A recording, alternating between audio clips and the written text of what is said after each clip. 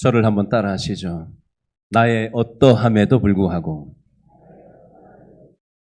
하나님의 십자가 사랑으로 나를 안아주시려고 이곳에 불러주셨습니다. 믿으세요? 우리 옆 사람에게 인사해 줄까요? 이렇게 한번 인사하겠습니다. 우리의 어떠함에도 불구하고 십자가 사랑으로 안아주시려고 우리를 이곳에 불러주셨습니다. 잘 오셨어요. 손을 한번 이렇게 들어보실래요? 앞뒤 좌우에 보시고 환영합니다. 잘 오셨습니다. 반갑습니다. 이곳은 어디일까요? 맞춰보세요. 퀴즈입니다. 이곳은 전라남도 고흥에 있는 섬 이름입니다. 문제도 안 나갔는데 맞춰버리면 어떡해. 그 근처에 사시는 분이거든요. 거기 섬이 그거밖에 없진 않을 텐데. 자, 예전에는 한센병 환자와 병원 직원들만 살았던 섬이었는데 현재는 아름다운 경관이 알려지면서 일반인들도 많이 관광차 온다라고 합니다. 이곳은 어디일까요? 소록도. 혹시 가보신 분 손 들어보세요.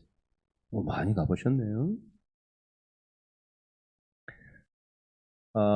지금이 2023년이니까 한 6년 전쯤이네요. 2017년도 10월 셋째 주일 날 주일 오후 2시 예배 때 강사로 오신 목사님, 교수님이 계셨어요. 치유상담대학원 총장이신 정태기 교수님이 우리 교회에 오셔가지고 그때 오후 예배 인도를 해주셨는데 이분이 소록도에 다녀오신 얘기입니다.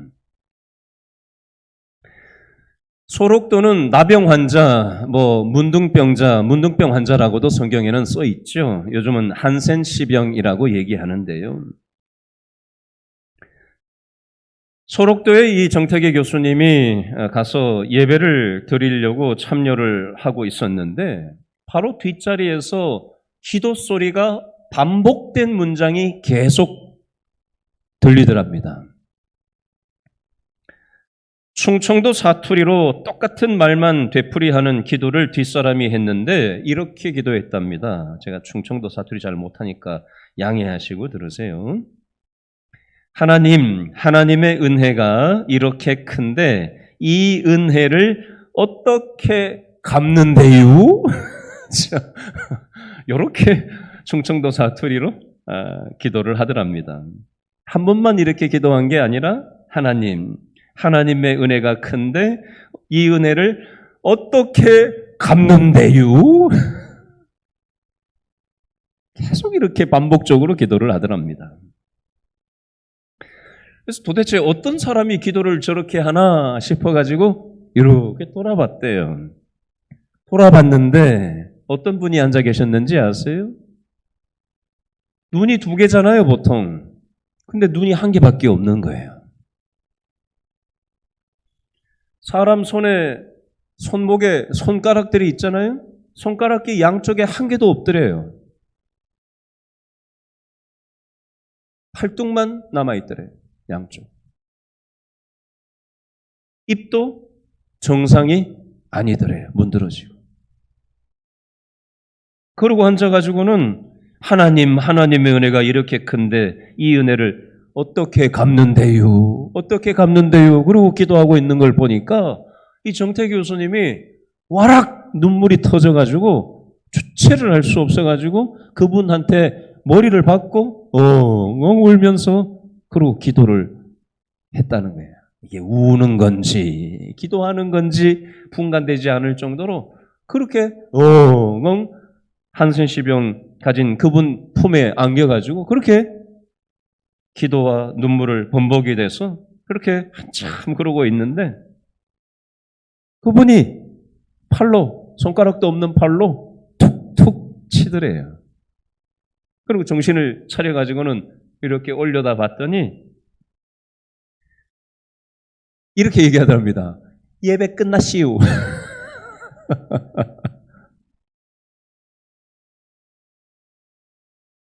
교회를 이렇게 돌아보니까 그분하고 자기하고 둘만 남아있고 다 가고 엎드려요. 그때까지 이제 울고 그러고 기도하고 있었던 거죠. 그래서 그분에게 질문을 했답니다. 하나님의 은혜가 얼마나 크길래 그런 기도를 하십니까? 그렇게 질문을 했더니 이분이 이렇게 얘기하더래요. 제가 병이 드니까 처자식도 나를 다 버리고 형제들도 다 나를 버렸습니다. 그런데 하나님은 나를 버리지 않았습니다. 그래서 그 은혜가 너무 감사해서 제가 이렇게 기도를 하고 있습니다. 이렇게 얘기를 하더라는 겁니다. 여러분, 하나님의 은총이라는 것은요, 받을 만한 자격이 전혀 없는 자에게 주어지는 것이 바로 하나님의 은총이라는 거예요. 만약에 받을 자격이 있는 사람에게 주어지는 것이라면 그건 은총이 아니라 보상이죠, 보상. 자격이 되는 사람이니까 거기에 걸맞는 보상일 뿐이죠. 여러분, 이 은총이라는 단어를 다른 표현으로 한번 해보겠습니다. 은총은 뭐가 은총이냐? 하나님이 아무 자격 없는 사람들을 선택하셔서 십자가에 무조건적인 사랑을 베풀어 주신 것이 바로 은총이에요. 그런 면에서 저와 여러분은 하나님의 은총을 받은 사람들입니다. 우리가 무슨 명함을 하나님 앞에 내밀 수 있겠어요? 우리가 뭘 그렇게 잘해가지고 우리를 하나님이 선택하시고 우리를 구원해 주신 거죠? 우리가 무슨 자격이 있어요? 우리는 아무 자격이 없는 무자격자예요. 그런데 이러한 형편없는 우리들을 하나님께서는 십자가의 완전한 사랑으로 구원하여 주셨고 우리를 하나님이 믿어지게 하시고 십자가가 믿어지게 하시고 여러분 이게 믿는다고 이를 꽉 깨문다고 이게 십자가가 믿어지는 일인지 아세요? 성령께서 우리에게 믿음을 집어넣어 주셔야 이게 믿어지는 거예요. 이게 은혜고 이게 은총이에요. 우리가 무슨 자격이 있어요? 이 놀라운 선물을 우리가 이 은총을 우리가 받았다고요.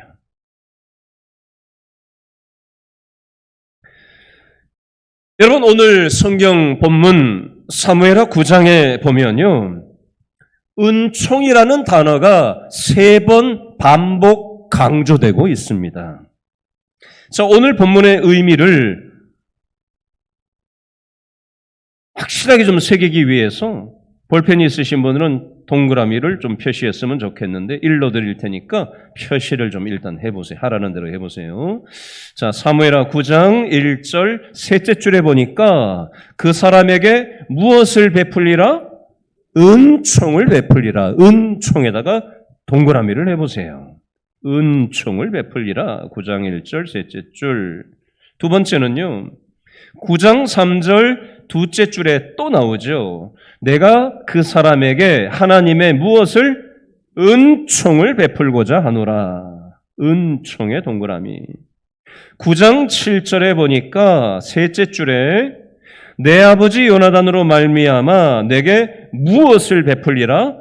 은총을 베풀리라. 동그라미. 은총. 여러분 성경에서는 괜히 반복 강조하고 있는 게 아니에요. 오늘 본문에 있어서 이 은총이라는 단어가 주제 단어가 되겠어요. 은총.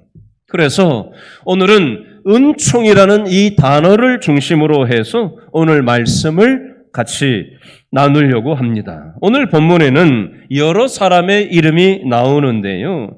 누가 은총을 받은 사람이냐? 9장 6절에 보니까 네모를 치세요. 9장 6절에 보니까 누가 나오죠?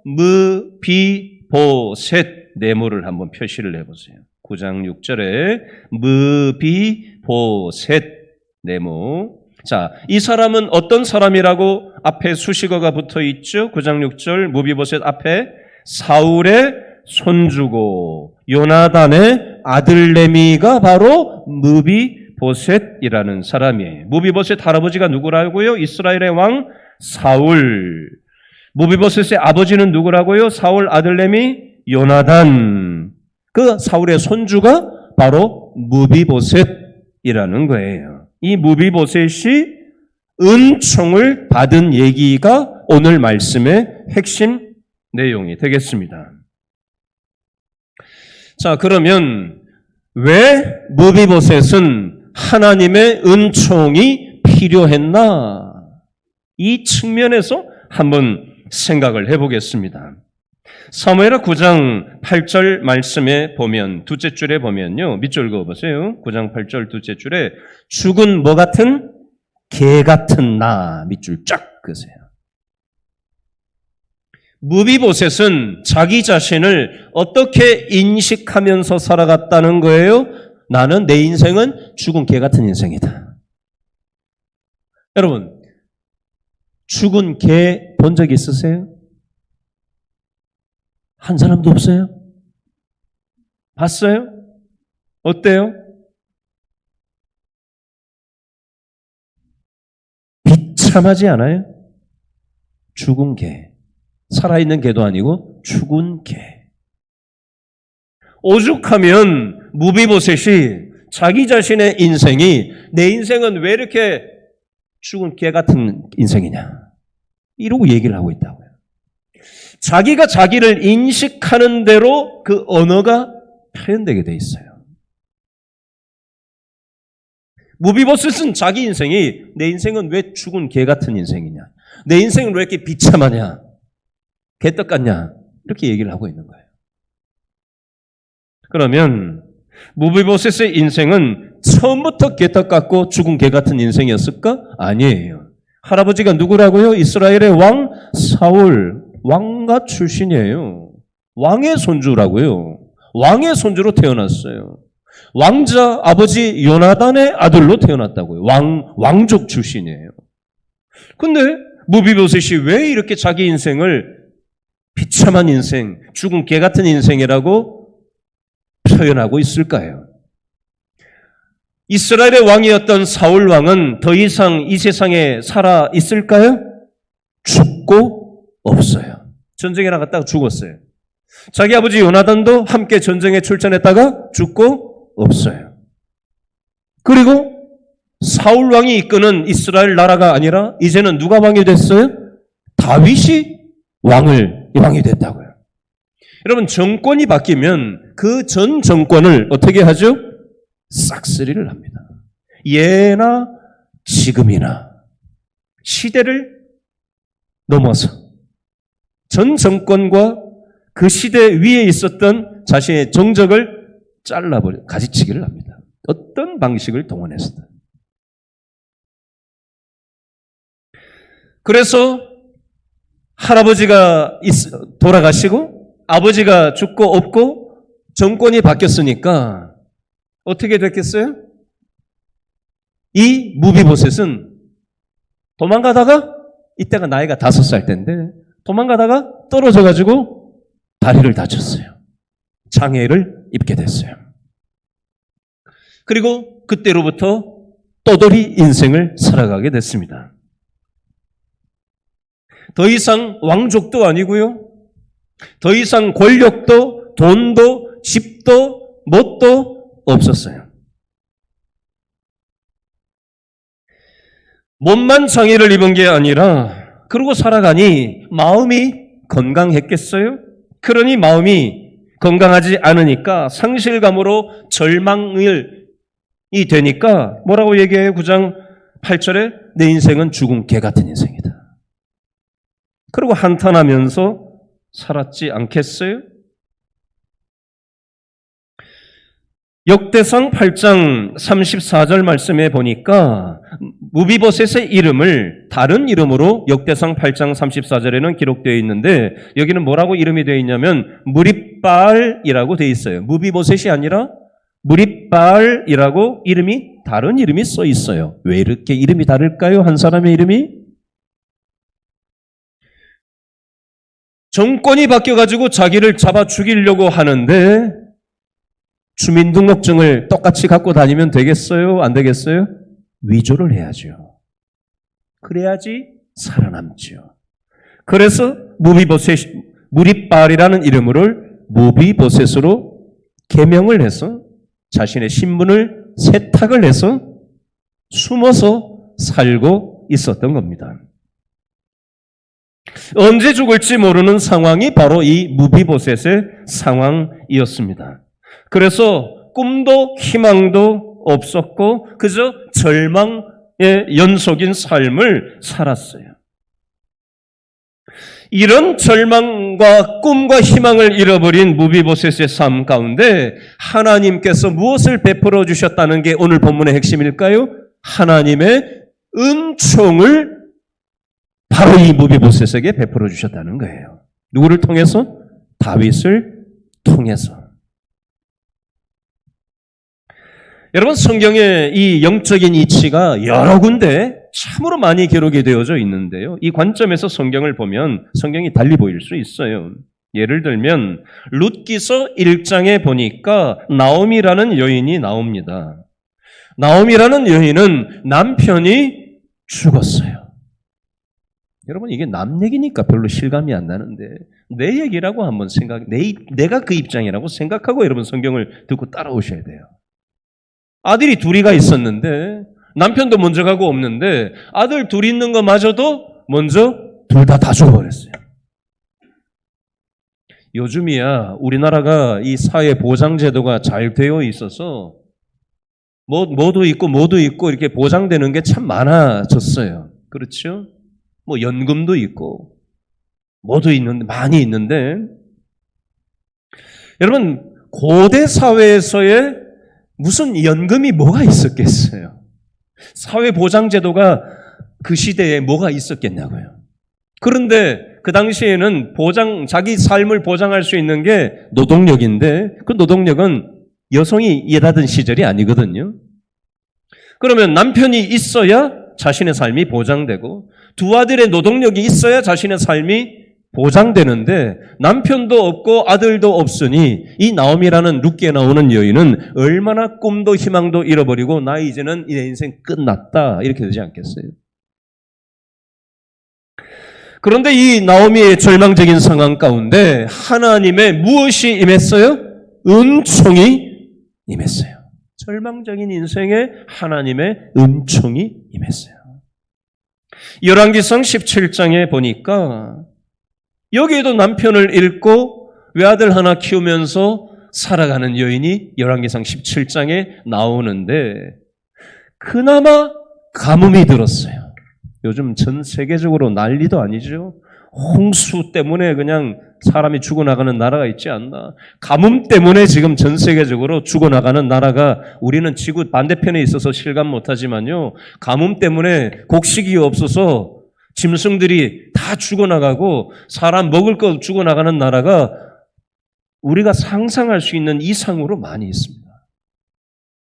남편도 없는 데다가 외아들하고 먹을 것도 없이 경제활동도 못하고 근근히 살아가는데 가뭄까지 와버린 상황이에요. 열왕기상 17장에 이 여인에게.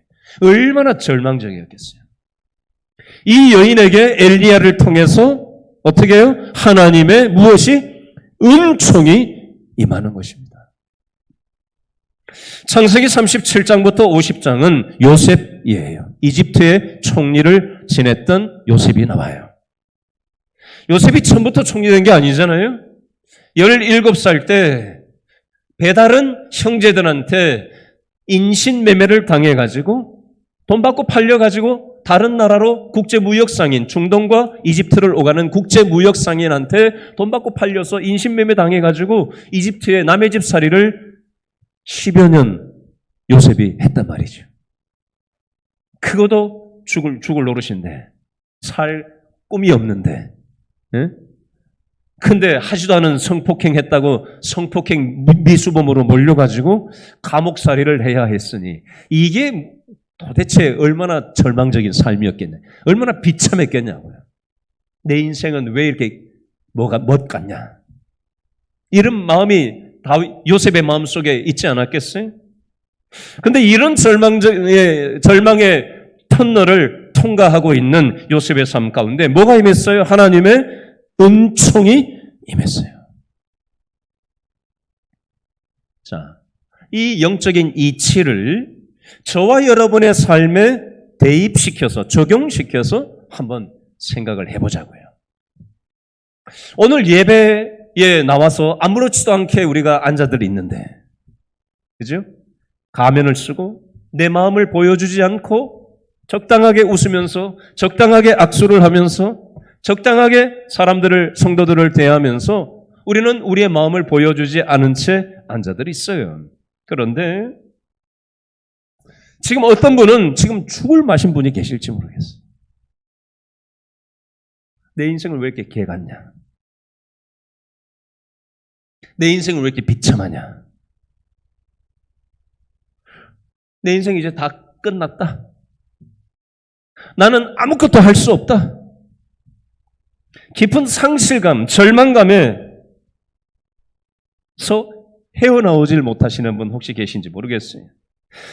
내 가정 환경은 왜 이러냐? 여러분, 혹시 이런 저런 마음을 가지고 힘든 마음을 감추고 계신 분 계신가 모르겠어요. 그런 분들은 이거 꼭 기억하세요. 오늘 말씀에 무비보셋도 내 인생은 죽은 개 같은 인생이다. 그러나 이 무비보셋에게 무엇이 임했다? 하나님의 은총이 임했다면 나의 이런 비참한 인생에도 무엇이 임할 수 있다? 하나님의 은총이 임할 수 있다라는 사실을 여러분 믿음으로 붙잡아야 우리가 살 소망이 생기는 거예요. 아멘? 붙잡아야 돼요. 믿음으로 잡아야 돼요. 오늘 예배를 통해서 은총을 베풀어 주시는 하나님을 만나실 수 있기를 바랍니다. 오늘 예배를 통해서 은총을 베풀어 주시는 성령 하나님을 만나실 수 있기를 바랍니다. 역경이 닥쳐오면 사람들은 보통 4가지 유형을 보인다고 해요. 첫 번째는 체념하는 사람이 있어요. 체념형. 해도 안 돼? 두 번째는 인생의 어려움이 왔을 때 도피하고 피하는 사람이 있어요. 도피형. 세 번째 유형은 핑계를 대는 사람이 있어요. 모든 것을 남 탓을 자꾸 하는 거예요. 누구 때문에, 저 사람 때문에, 이것 때문에, 요것 때문에 핑계형이 있습니다. 근데 네 번째는요, 우리가 붙잡아야 될 유형인데 따라합니다. 은총형, 은혜형.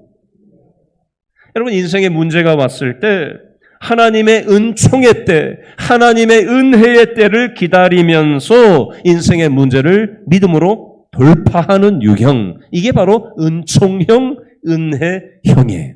저는 우리 길신교회 모든 성도들이 인생의 문제가 다가왔을 때 체념하면서 살거나 도피하면서 살거나 핑계를 대면서 살지 않고 하나님의 은총의 때, 하나님의 은혜의 때를 기다리면서 믿음으로 돌파하여서 축복의 인생 살아갈 수 있기를 바랍니다. 아멘? 믿음으로 붙잡아야 돼요. 잠언 24장 16절 말씀에 보면 이런 말씀이 있어요. 의인은 7번 넘어질지라도 다시 일어나려니와 악인은 재앙으로 인하여 엎드러지느니라. 다른 말로 하면요, 여기서 나오는 의인이라는 것은 하나님을 믿는 사람, 예수님의 십자가를 믿고 살아가는 은총을 의존하고 살아가는 사람들은 인생에 문제가 생겨서 7번 넘어지는 일이 있을지라도 다시 일어날 수 있다라는 말씀을 하는 거예요. 여러분, 지금 어떤 일로 넘어져 계십니까? 이 모든 것이 지나가는 하나의 과정이에요. 결국에는 하나님이 모든 것을 합력하여서 하나님의 은혜의 수단으로 도구로 삼아 주실 것입니다. 믿음으로 이겨냅시다. 아멘. 두 번째 원리는요, 저를 한번 따라 하시죠. 회복의 은총을 주십니다. 은총은 은총인데 어떤 은총이냐? 회복의 은총이에요. 여러분, 무비보셋은 다 잃어버렸어요. 2다리도 잃어버리고 장애가 됐죠. 권력도 잃었죠. 부모도 잃었죠. 명예도 잃었죠. 집도 잃었죠. 숨어 지내니 무슨 관계도 다 잘렸죠. 다 잃어버렸어요. 그런데 무비보셋에게 아직 남아있는 게 있어요. 뭐가 남아있죠? 아직 안 죽었어요. 그리고 무비보셋에게 누가 있죠? 옆에 누가 있죠? 9장 2절에 보니까 둘째 줄에 사울의 집에 종 한 사람이 있었는데 그의 이름은 뭐라고요? 시바라고 하는 종이 이 무비보셋을 돌보고 숨기고 그렇게 하고 살고 있었어요. 무비보셋을 하나님께서는 예비해 놓으셨어요. 그리고 또 한 사람 다윗을 무비보셋에게 선물로 주셨어요. 무비보셋 아버지 요나단 왕자하고 다윗이 절친이었거든요. 요나단 왕자, 무비보셋 아버지 요나단 왕자도 이 다윗한테 참 잘해줬거든요. 그래서 다윗이 왕이 되고 난 다음에 혹시 요나단의 자손이 혹시 있을까 싶어서 자기한테 그렇게 잘 대해준 요나단의 가문을 자기가 챙기려고 지금 살아남은 사울의 가문에 누가 살아남은 사람이 없냐라고 묻고 찾게 된 이유가 바로 여기에 나오는 겁니다. 여러분, 요나단의 아들인 무비보셋은 정권이 바뀌어가지고 도망가다가 장애를 입고 이름까지 바꿔가면서 숨어 지낼 때 마음이 어땠을까요? 편안했을까요? 2다리 뻗고 잘 잤을까요? 잠이 별로 안 왔을까요? 저는 잘 모르지만 이 정황으로 봤을 때는 불면증에 시달렸을 거라고 저는 생각합니다. 그리고 무슨 소리만 옆에 바스락거려도 누가 나를 잡으러 온 게 아닌가 하는 두려움이 이 무비보셋의 삶 가운데 계속 숨어 지내는 내내 있었을 거라고 생각됩니다. 붙잡히면 죽을지 모른다는 두려움. 자, 그런데 다윗이 무비보셋을 만나가지고 뭐라고 얘기를 하죠? 9장 7절을 첫째 줄만 읽어보겠습니다. 9장 7절 첫째 줄 시작. 다윗이 그에게 무비보셋에게 이르되 뭐하지 말라? 무서워하지 말라. 내가 너 안 죽일 테니까 무서워하지 마라. 무비보셋아. 이렇게 다윗이 얘기를 하는 거예요. 여러분, 무비보셋만 두려워하면서 이 땅 살았던 게 아니고요. 저와 여러분도 이 세상 사는 게 두렵습니까? 편안합니까? 뭐 때문에 두려워요? 돈이 없어질까 봐. 자식이 잘못될까 봐. 건강을 잃을까 봐. 노후가 흐트러질까 봐. 우리는 두려움에 벌벌벌벌 거리면서 삽니다. 하나님을 떠난 인생은 하나님의 대체물들을 의존하게 돼 있어요. 돈을 붙잡아 보지만 돈이 그대로 있는 게 아니잖아요. 쌓였다가 확 없어질 때도 있고, 자식도 내 뜻대로 될 것처럼 어떻게 해보지만, 그죠?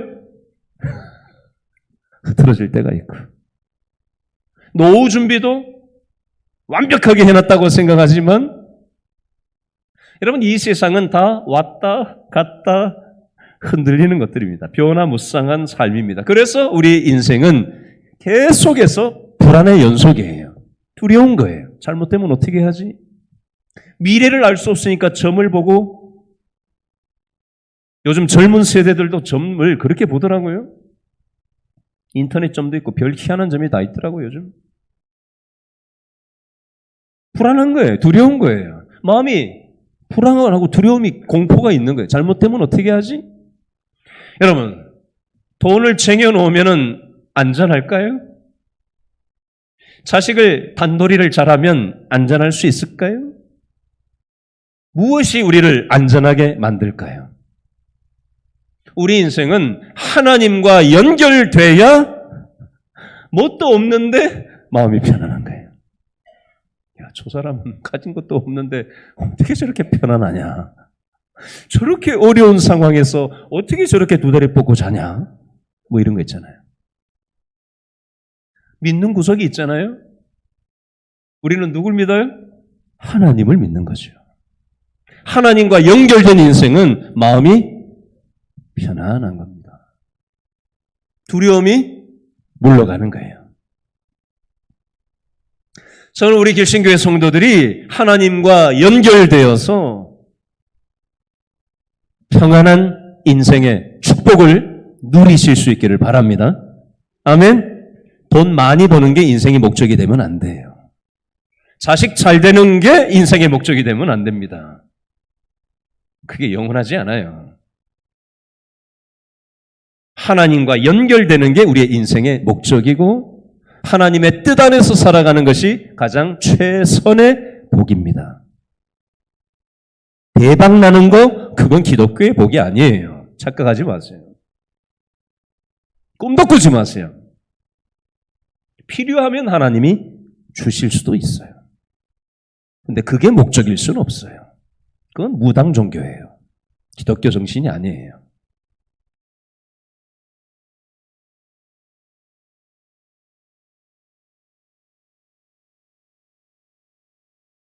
여러분, 세 번째 원리를 살펴보겠습니다.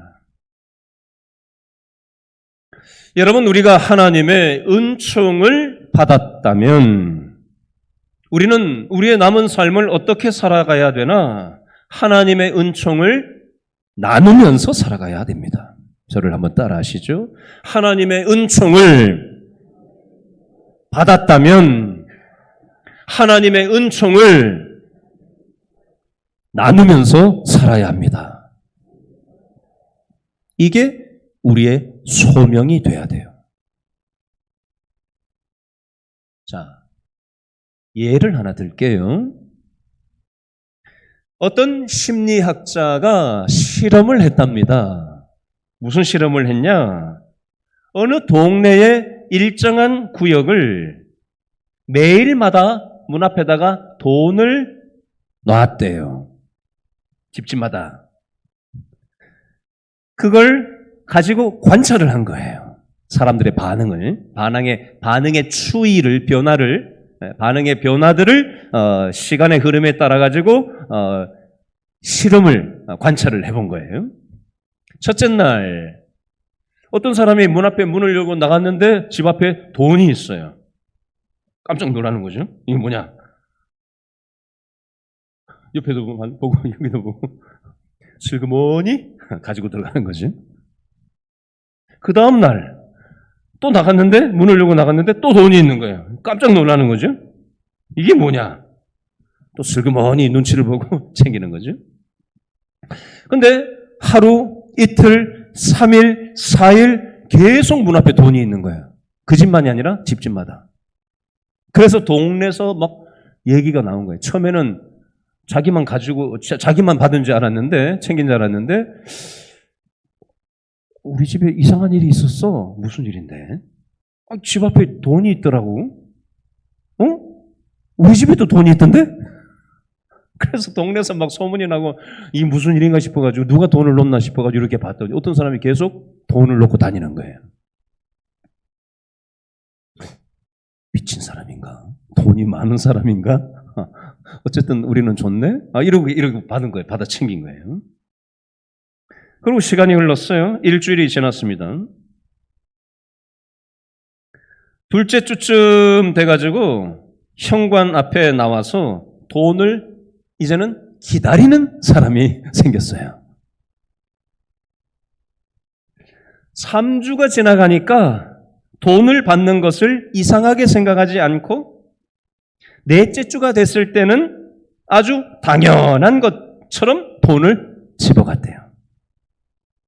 실험 기간이 한 달이었거든요. 4주가 다 지났잖아요. 그리고 나서 이 심리학자가 그 동네를 다시 지나가는데 평상시 같으면 집집마다 돈을 놓고 지나갔을 텐데 실험 기간이 끝났잖아요. 근데 그러니까 돈을 이제 안 넣는 거죠. 그리고 집을 지나쳐서 가니까 돈을 당연하게 줄 줄 알고 기다리고 집 앞에 나와 있던 사람들이 어떻게 했을까요? 따지기 시작했습니다. 왜 내 돈 안 주냐고. 왜 내 돈 안 주냐고. 오늘은 왜 안 주고 가냐고. 이렇게 따지더라는 거예요. 사람들은 이유 없이 베풀었던 이 은총을 당연한 것처럼 생각하게 됐고 고마워하기는커녕 주지 않은 것을 서운해하고 불쾌하게 여겼다는 겁니다. 자, 이 모습이 바로 신앙생활하고 있는 저와 여러분의 모습일 수 있다라는 걸 제가 한번 설명해 볼게요. 여러분, 우리가 처음에 하나님을 알게 되고 세례받고 하나님의 은혜를 체험하고 찬송만 불러도 눈물이 뚝뚝뚝뚝 떨어지고 말씀만 들어도 저게 나한테 주시는 말씀으로 받아들여지고 회개가 나오고 감사가 나오고 기쁨이 넘치고 하나님만 있으면 된다라고 하는 그 간절한 마음들이 순수한 하나님에 대한 마음이 있었던 적이 있었어요? 없었어요? 있었죠. 그런데 어떠세요? 지금은? 오늘 심리학자가 방금 예를 들었던 것처럼 일주일 지나면서 태도가 바뀌고 2주일 지나면서 태도가 바뀌고 3주차 지나면서 태도가 바뀌고 한 달이 되니까 싹 돌변을 해서 왜 내 돈 안 내놓냐고 하는 것처럼 혹시 우리가 10년 신앙생활을 하고 나니까 신앙의 모습이 달라지고 20년 정도 교회 다니다 보니까 신앙의 모습이 달라지고 30년, 40년, 50년 신앙생활을 하다 보니까 내가 잘나가지고 신앙생활을 하는 것처럼 하나님의 은혜가 아니면 하나님의 은총이 아니면 한순간도 믿음 안에서 살아갈 수 없다라는 절박함은 날아가 버리고 나 자신이 의롭다고 여기고 교만하고 감사가 없고 기뻐하지 않고 혹시 이러한 모습이 바로 저와 여러분의 모습 속에 있지는 않느냐라는 것입니다. 아무 자격 없는 우리들에게 은총을 베풀어 주신 것인데 내가 잘나가지고 지금 살아가고 있는 양 착각을 하고 있지는 않느냐라는 것입니다. 여러분, 우리는 하나님의 은총, 은혜를 잃어버려서는 아니 될 것입니다. 오늘 무비보셋이 하나님의 은총을 누구를 통해서 입고 있죠? 다윗을 통해서 시바라는 종을 통해서 은총, 은혜를 입고 있습니다. 은총을 받은 사람이 있고 은총을 받았다면 그 은총을 나누면서 살아가는 사람도 있는 법입니다. 여러분, 다윗은 어떤 인생을 살았을까요? 사무엘 선지자가 다윗의 아버지가 있는 집에 와서 이스라엘의 차기 왕을 기름 부어 세우겠다고 자식들을 다 불러 모으라고 했을 때 아버지 이새는 다윗은 제켜놨었어요. 깜이 아니라 이거지요. 저 막내둥이는 깜이 아니라 이거지요. 아버지조차도 다윗을 너는 깜이 아니니까 제쳐둔 그런 아들이 지금 어떻게 된 거예요? 이스라엘의 왕이 된 거예요. 다윗의 마음속에는 어떤 마음이 있었어요? 내가 왕이 될 수 있었던 건 내 능력으로 된 게 아니다. 하나님의 무엇으로? 은총으로 된 것이다. 하나님의 은혜로 된 것이다. 그러므로 나도 어떤 삶을 살아야 되겠다? 누군가에게 하나님의 은총, 은혜를 흘려보내는 통로의 역할을 하는 삶을 살아야 되겠다. 그래서 그 은총을 흘려보낼 사람이 누가 있나? 사울의 집안에 누가 있는가 보고 자기한테 선대한 자신의 친구 요나단의 아들이 무비보셋이 있다는 걸 알고 그 아들을 챙기고 은총을 흘려보내는 그런 역할을 하고 있더라는 것입니다. 오늘 말씀을 마무리하면서 한인 의사 분의 어떤 내용을 좀 잠깐 소개하려고 합니다. 이분은 현재 88세 되신 미국에서 의사를 하고 계시는 분이세요. 88세예요, 현재. 이분이 최근에 책을 하나 써내셨는데 니는 혼자가 아니다. 사투리예요. 니는 혼자가 아니다. 너는 혼자가 아니다. 라는 사투리 말을 니는 혼자가 아니다. 이렇게 책 제목이 이래요. 심재훈 박사님인데요.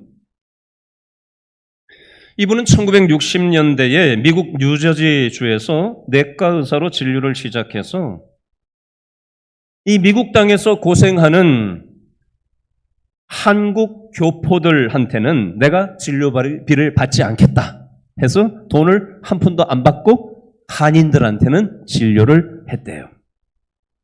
2000년대에 미국 올랜도에 있는 연방교도소 의무과장직을 조기 은퇴하셨고요. 그때부터 본격적으로 의료 봉사를 시작했다고 합니다. 2003년도부터 12년 동안 1년에 3개월씩 우리나라에 와서 미국에 사시는 분인데 의료 봉사를 하기 위해서 일부러 1년에 3개월씩 12년 동안 서울 영등포역 옆에 보면은 요셉 병원이라고 있거든요. 요셉 의원. 거기 우리 교회 장로님들, 안수 집사님들, 권사님들, 우리 젊은 여자 집사님들 거기 노숙자 식사 봉사하러 저하고 훈련 마치신 분들 가가지고 봉사하고 왔는데요. 그 바로 옆에 요셉 의원이라고 있어요. 거기서 노숙자들, 행여병자들 이런 분들을 1년에 3개월씩 12년 동안을 와서 봉사를 하셨대요. 그리고 미국 밑에 있는 중미 남미 지역 그쪽을 의료 선교를 또 봉사를 다녔는데요. 거기가 나라가 경제 수준이 좀 낮은 낙후된 나라들이 많잖아요. 그런데 비싼 약을 나눠주려면은 이게 돈이 감당이 안 되니까 이 사람들을 치료를 해줘야 되겠는데 이 비싼 약을 저 많은 사람들한테 다 쓰려면 돈이 너무 많이 들어가니까 어떻게 하면 좋을까 고민하다가 이분이 어떤 결정을 내리냐면요.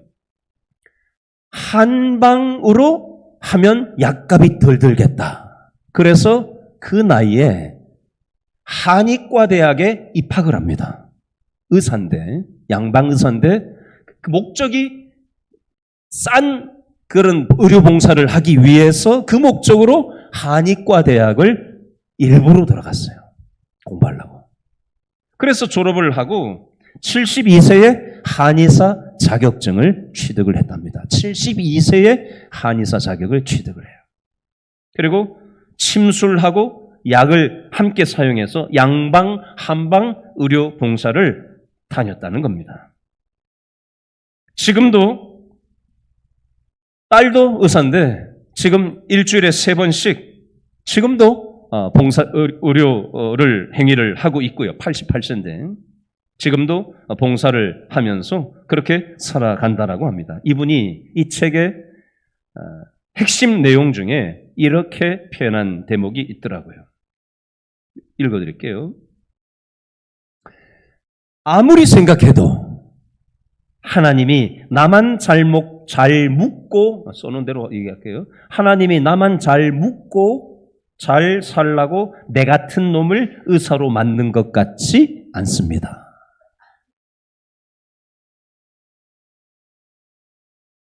소외되고 불쌍한 사람들 도와주라는 것이 하나님의 뜻입니다.